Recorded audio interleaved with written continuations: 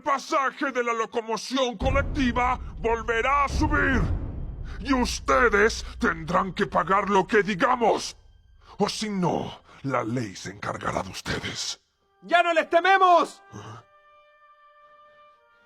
Ustedes son los verdaderos ladrones de este país.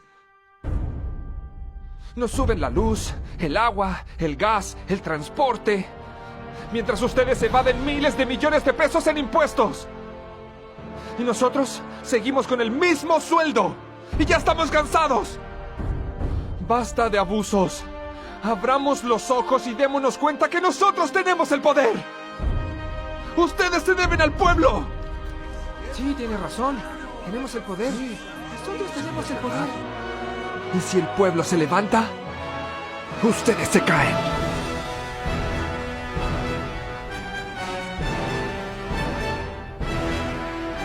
¡Ni siquiera lo piensen!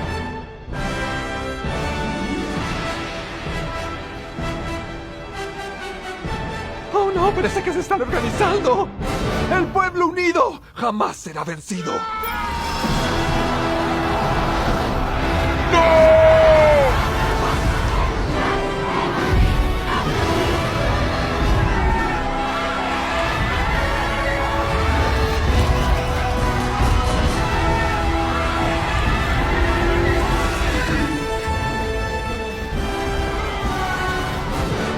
Permiso. Ah, sí, nomás, adelante. Gracias.